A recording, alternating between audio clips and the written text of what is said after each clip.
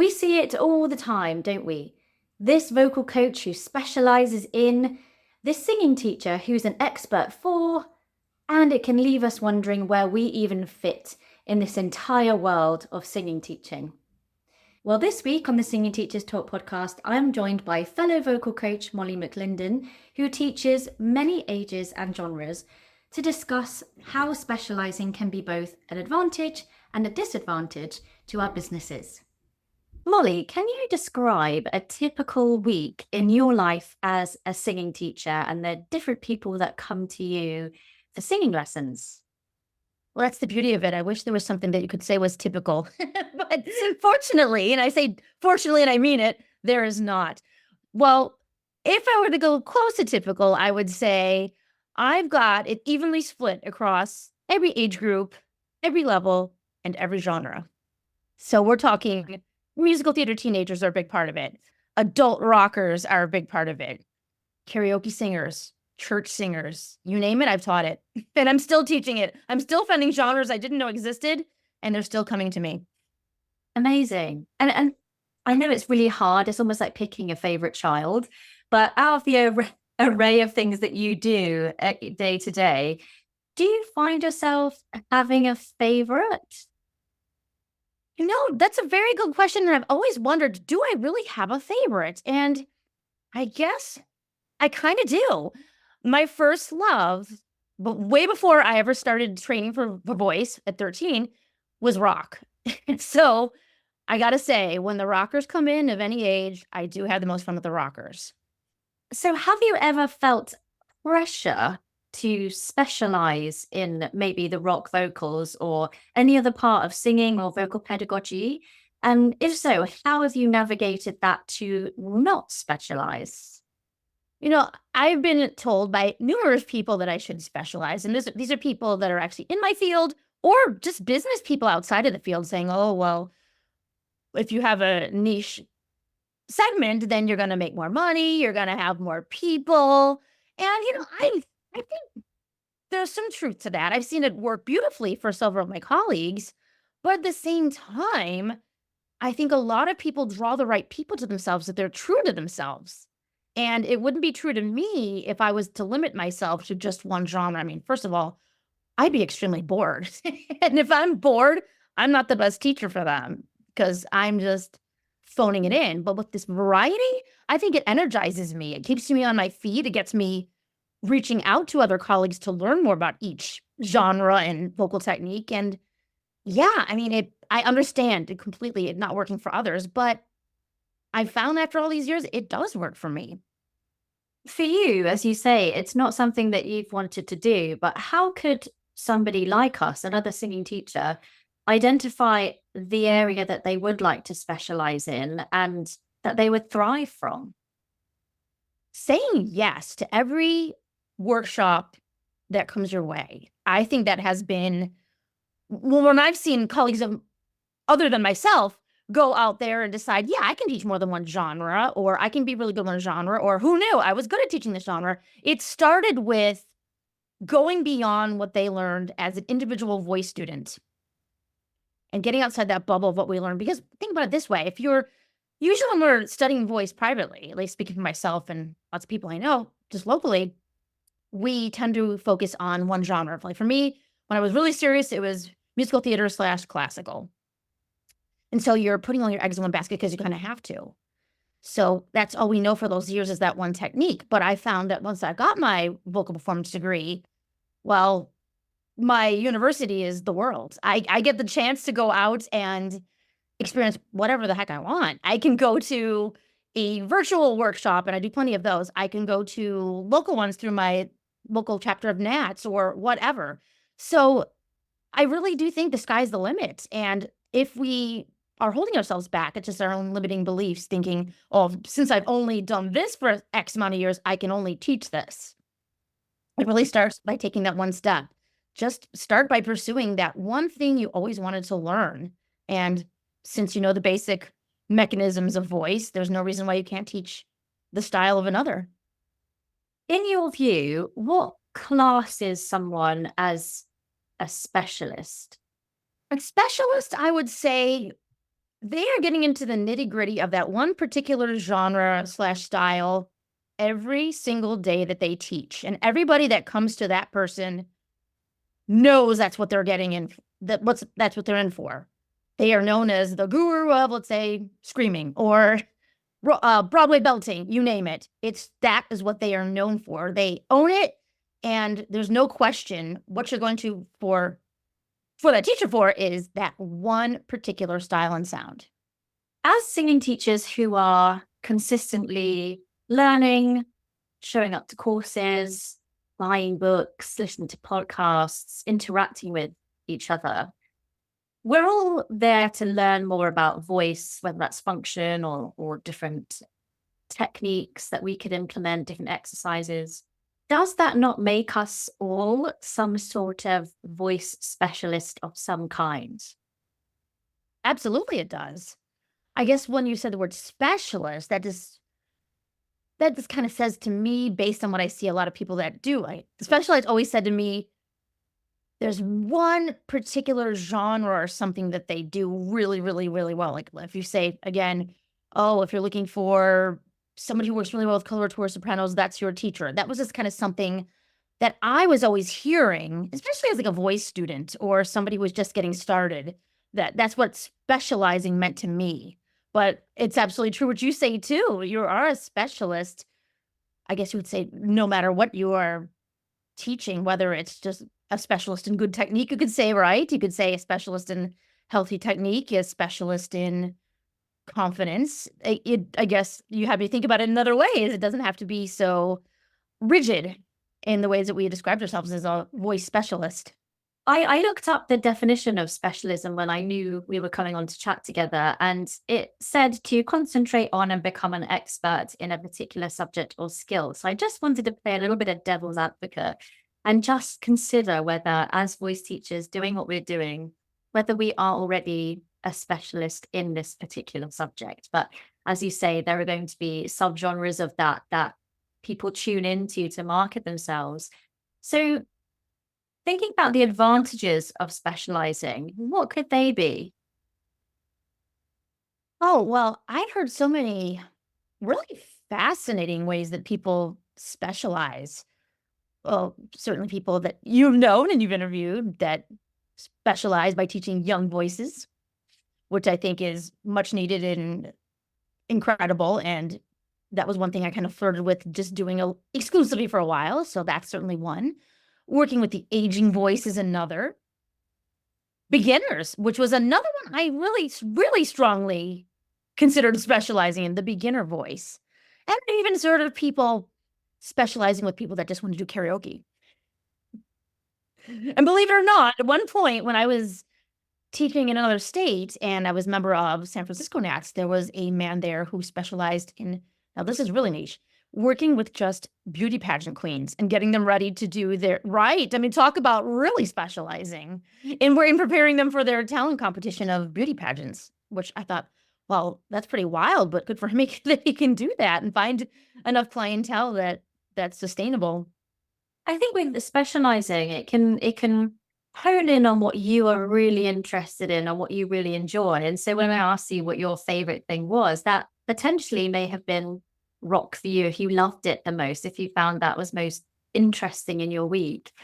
I think also when we consider marketing, it can give us a perceived value of they're the expert in this particular area, so they must know all in that subject. That is very true. And that's where I struggle because obviously with the majority of people doing the opposite of what I'm doing, right? This is the person to go to for musical theater. This is the person to go to for this and that. You know 100% what you're getting into, right? And then when it goes for a Google search, when it goes for word of mouth, that carries a lot of weight, right? That's your guy to go to for your rock vocals or whatever. So where does it leave people like me? Well, yeah, the marketing, I kind of have to consider that I'm unconventional that way, that if you want to work with me, that I embrace it all and that you are in good hands and that I have studied all these genres. And if there's anybody who's listening who can relate, same applies to you. You don't have to feel that if it's not you, that you have to call yourself anything that relates to a specific genre. You can just hone in on the general things that make you a good vocal coach. Do you ever find yourself having a slant in your marketing towards the rock or towards the musical theatre classical that you grew up with? Do you ever find yourself kind of leaning towards them because you like more of those things? Well, I mentioned rock, but also musical theater is probably another huge, huge portion of my studio. So I find that if I am talking in the text of my social media post or my website text, I do tend to mention those two genres quite a bit. And with the hope of it not being confusing, knowing that if you are a rocker coming to me that happens to be like a professional who's gigging, or if you're like a teenage musical theater student that wants to be serious, that both types of students and more are absolutely welcome. So I try to put it all in there. When do you recommend a student to see a specialist? Well, that's also something I've thought about quite a bit too, as far as a specialist. Well, a lot of my students tend to be beginners to intermediate, and some are professional, and there are a lot of rusty professionals. So let's say, for example, I've got a rocker who's found his voice again. He's a lot less rusty, and he's feeling a lot more confident. And now he wants to take it to the next level, and he wants to do the screamo stuff. He wants to do the growls and the screams and the stuff that I'm still learning myself to teach. I would send him to a specialist.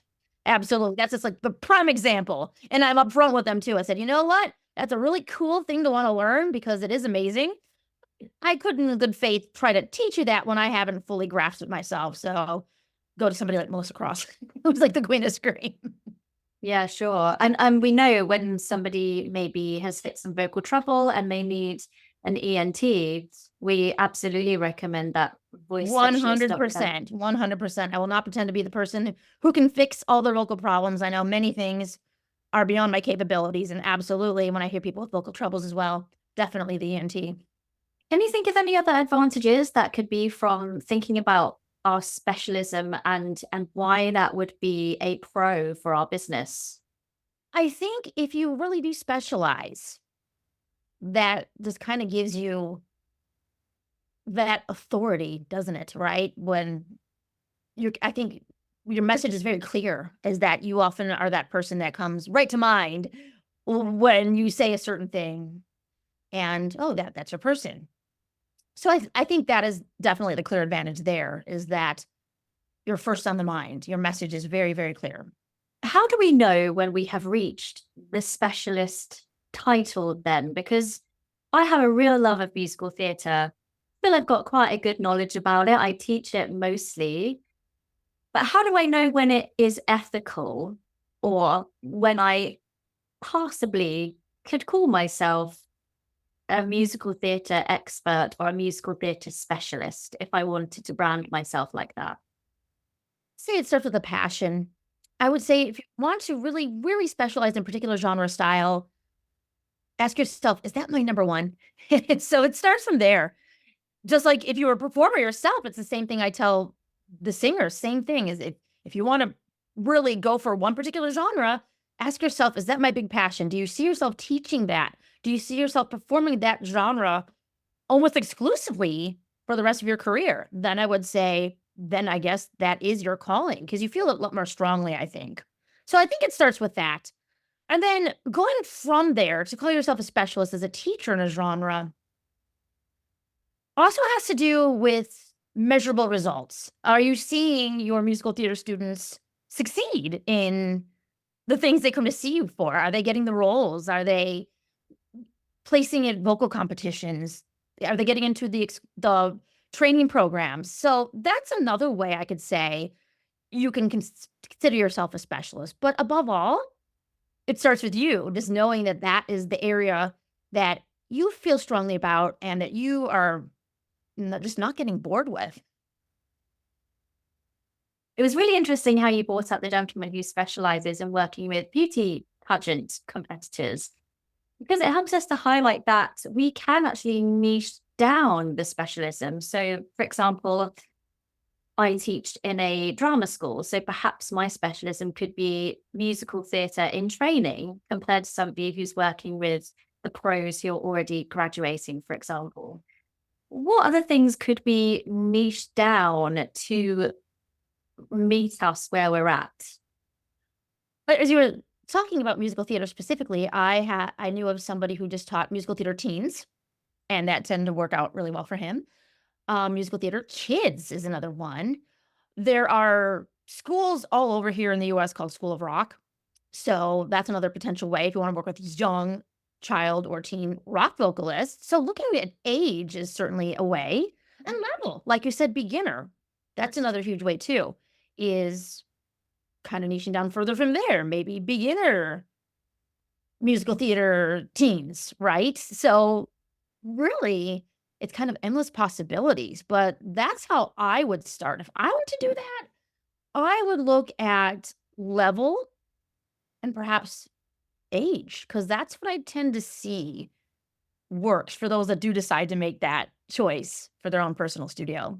Yeah. So you've got passion, the thing that we're really into, That's the thing, everything. yeah, the things that we're getting results with and that we don't get bored of. And Yes. then considering things like age, niching down the topic. And this is something that we are maybe encouraged into anyway when we're creating our avatar for our marketing. So that can be a really useful exercise as well, to not just know that you're target marketing, but also to know that if you were to specialize, these would be some of your keywords or your key things to look out for. I think there's some untapped markets out there too, as far as age. Everybody's going where the teens, where the, that they say, well, the parents have the money, and there's truth to that. But they're also forgetting that, well, the boomers got a lot of time, and they've got a lot of them have a lot of money to burn now that we're retired, and they want things to do. They're pretty active people. So I think that's kind of an untapped market. And because a lot of times too, some of them are reluctant to get into a new hobby. So that's another thing that I've seen with my own eyes has been I've been getting quite a few of them too. I'm just pressing the pause button on the podcast for a very brief moment to invite you to book your free BAST call. If you've been thinking about joining the BAST community through one of our courses, but you just don't know which option is the best for you, then why not book your free Zoom chat with our very own Kimberly George, who has all the answers. Head over to basttraining.com/book a call/ and click that big blue button. That's basttraining.com/book a call/. Now, where were we? We've gone through some of the advantages and how we can pinpoint where we might go if we were wanting to specialize, how we might be able to do that. But in the beginning, you mentioned something really important, which was if I did that, I'd be bored. So let's have a little look at some of the things that may be at a disadvantage. And I remember Joshua Alamu, a great vocal coach who's worked with the likes of Rita Ora and Little Mix. He raised some time ago on his Instagram a phrase that is jack of all trades, master of none. But we tend to disregard the entirety of that quote, which is jack of all trades, master of none, but oftentimes is better than a master of one. And I feel like that really resonated with this topic that we're chatting about today, because, okay, we might be putting our fingers into lots of pies, and some people might tell us then that we're not really a master of any of them, but actually being able to do lots of different things might come at an advantage for us. So let's talk about why we might not specialize. Boredom was one. Why else? Well, another thing that I may not have mentioned, I don't think I've mentioned it yet, is I also do things outside of voice. And that includes teaching acting, speaking voice, and also beginner piano and music theater, and also improv. So yeah, that was a lot. So some of us aren't really tooting our own horn, I guess you would say, if we do have another skill besides teaching voice. But I've been encouraging other colleagues to use that to advantage. You want to maybe look at yourself as having that value for teaching vocal technique, obviously, but what else can you offer them that's going to come in handy for them as a singer? I will hear my students say, "Oh, I didn't know you taught that too. I could use the help with that." For example, music theory. Yeah. And you never know when those transferable skills are going to actually be really beneficial to this one thing as well. Right, right. And then that goes for genres too, because I always encourage my singers of all ages to not pigeonhole themselves. That is, if they don't want to do it. I mean, obviously, there's plenty of people that know that musical theater or pop, whatever, is their big passion. That's all they can see themselves doing. Beautiful. Of course, I encourage that. But for those that want to do a little bit more, that's always encouraged too. So you never know when that musical theater student, for example, has been asked to sing at, let's say, sing at a somber event like a funeral service or something where a Broadway tune wouldn't fly. Or if, right, there's different reasons why they may want to know something different. Or, well, I'm a theater kid, but there's this vocal jazz group at my school, and I think I kind of want to try it out. Those are some examples I can think of at the top of my mind. And, well, why should you send them to someone else if it's most likely you can teach them the very thing they're looking for? Yeah, I think musical theatre is a really good example of this because you could specialize in musical theatre, but under that umbrella, you have the legit sound, which is very, very different to the contemporary musical theatre sound. And so they are two very different things that come under one specialism. Especially now, right? It's just, I really feel for the legit voice singers in this environment when every show that's being written is so pop and rock based. But it's absolutely true. It's absolutely true. For a lot of these young musical theater students, as you probably know, most of them are expected to belt, and going into legit territory is just kind of terrifying for them.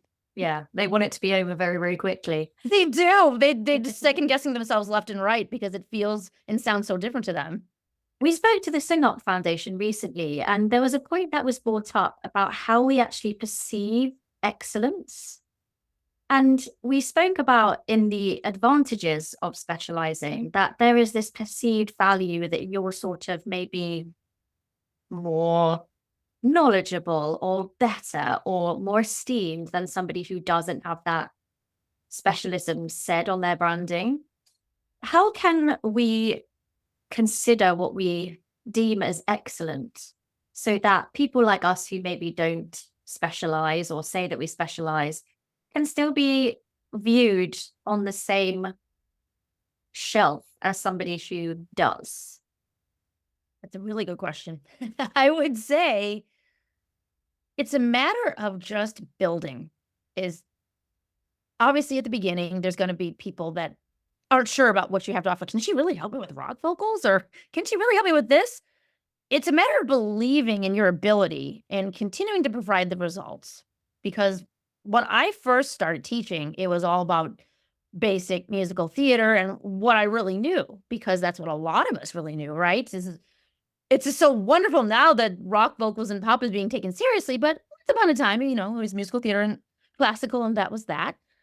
But it took some growing pains for sure. But it's a matter of just not giving up. I'm going to teach the rockers what I know. They can take it or leave it. But slowly but surely, results will speak for themselves, I think, for any teacher. And people talk too. They will talk to their, again, I'm using the rock example again, because that's largely what I know. They'll talk to bandmates. Word will get around. There'll be Google reviews. It's really just a matter of believing in it, not giving up. And also the biggie, continuing to learn, continuing to get out there, and go to those workshops. Go to what always has interested you.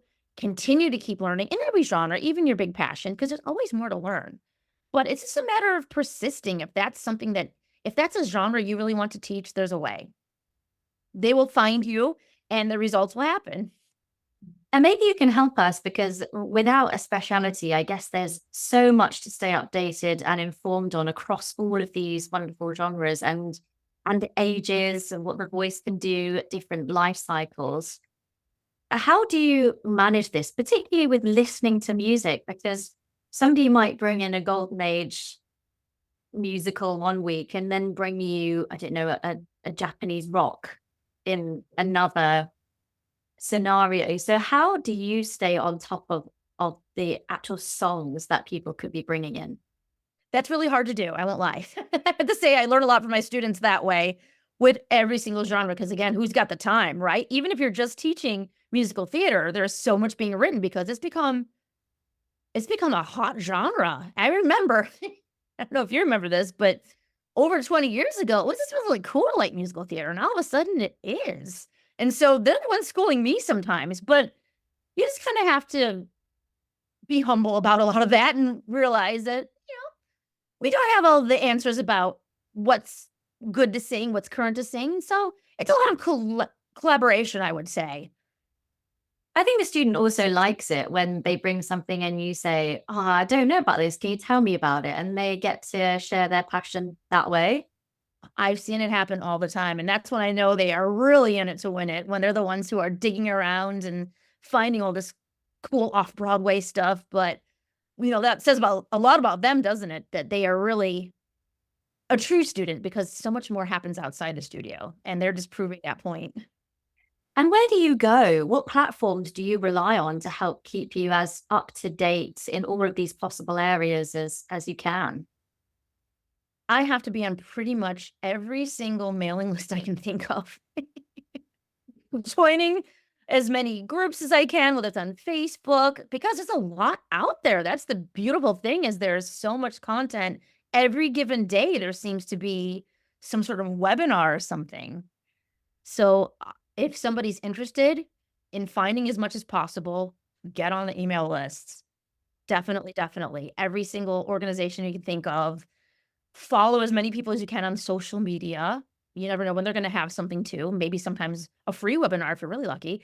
But I would just say, just carve out a portion of your week finding these other organizations or teachers or you name it so that you can stay updated because you just never know. I've found so much.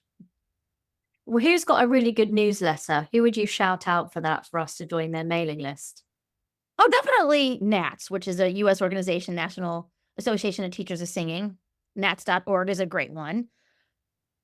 There's other organizations too, like the Musical Theater Educators Alliance. Which I believe that there's plenty of people in the UK that join that too. I think it's an international organization, if I am correct. Yeah, I'm pretty sure it is. Oh, those are just two off the top of my head. And then if there's a teacher in particular that you admire, like a guru, like Melissa Cross, she provides these amazing webinars, I think about once a year, and that are well worth it. So those are just three biggies I can think of off the top of my head. What would be your biggest tip to singing teachers listening who aren't sure if they should or want to specialize in something related to voice? I would say if it frightens you, start with seeing what else you could do, what your other strengths are that are, I would guess you would say, complementary skills you could offer in addition to teaching singing. Start there. So let's say, for example, there's a singer, a singing teacher who's really passionate, again, musical theater, going with that because that is a very common one.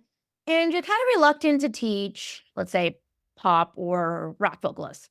Well, what else is it that you've had to study at length that you find yourself doing with your students anyway? Is it maybe beginner piano? Maybe you want to go further with that. Maybe you want to open up your studio to not just musical theater students, but also teaching beginner piano to young children as well, and just kind of increase your income and your reach that way. And maybe look at providing packages where you've got, say, for example, you've got an hour lesson with your musical theater student and 45 minutes is spent teaching rep and vocals and all that with your student, but also maybe 15 is getting them used to the keyboard. So finding ways to just kind of challenge yourself and keep yourself, well, not bored and keep yourself valuable too, adding value to your studio and also to your students. So I would start there, see what else it is you can teach. If you are, again, going with musical theater, maybe you were a professional actor at one point or studied acting. Well, Have you added monologue coaching to your offerings? Put that on your website. Put that on your Instagram. So I would say start there if you don't really necessarily want to step into a different genre. There's always more you can do that's going to keep it interesting and valuable for your students and for yourself. I know in the beginning of this chat, we were talking about the definition of specialisms, and that is to concentrate on and become an expert in a particular subject or skill. But I wonder if there is a redefinition that we could allude to, which is not specializing in one, but having an eclectic mix of things you can offer, like you described there. I know there's people who have trained in vocal massage so that if they have somebody come, they could actually offer that as something else instead of referring on to somebody else, or doing acupuncture as part of that, or even mindset coaching. I think, as you say, tapping into the other things that you feel you are interested in that could actually come in and complement rather than just going down one avenue. Absolutely. Yeah. I mean, now that you're mentioning these things, I know there's a few vocal teachers out there that are also certified yoga instructors. They'll incorporate that into it too. So there's ways you can combine it all. Absolutely. Yeah. We were speaking to Olly Christopher last week on the podcast. He's a British performer here. He's been in a couple of the musicals on West End stage, but he's also a singing teacher who juggles the two in tandem. And he was saying, know other things that you're interested in. It doesn't have to just be all encompassed by voice. It can actually be, if you're interested in sports, as you say, yoga could be something that we bring in. If you're interested in reading or cooking, could you also maybe look into nutrition as something to help with your singing? There's so much that we can transfer and include for that variety and enjoyment and fulfilling all the parts of us as teachers too. Absolutely. And why wouldn't that work? Because we are the unique instrument. We're the human instrument. And it's not just one thing. It's all encompassing. And so there's no reason why these things shouldn't work. I think if there's any reluctance, it's just because it hasn't been done before, or the fear of the unknown. But absolutely, I love those ideas so much. Well, Molly, what's coming up for you and your singers that are coming to your studio? A variety of things. I've got my musical theater students are really, really, really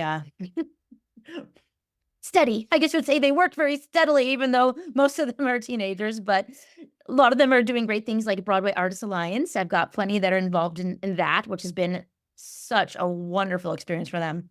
So that's really a big deal, is a lot of them are spending some time in New York, sometimes a couple times a year. And then I've got my rockers, my adult rockers who are gigging. I've got some people that sing the hard stuff. I got some people that sing punk and steadily gigging with that. And I just had a lovely woman join me who's very busy in a Taylor Swift tribute band. Amazing. Yeah. Amazing. And I got everything in between too. I got people that just want to karaoke night and enjoy themselves. But again, you name it, I've taught it. And I wouldn't have it any other way. Well, where can our listeners find out more about this really colorful studio of yours and get in touch with any questions? Well, they can find me at vocalmolly.com, and that's the same way they can find me on Instagram. And also, I plan on shooting more videos soon. I'm sort of revamping my YouTube channel too. But for now, I got a lot of blog posts that are up, including my most popular blog post, which is 25 songs for bad karaoke singers and 25 more songs for bad karaoke singers. But it also covers rock, musical theater, country, and again, all the genres, because I do love all the genres and all the singers. Yeah, brilliant. Well, Molly McLinden, thank you so much for your company today. It's been a pleasure. It's been a pleasure here. Thank you so much for having me.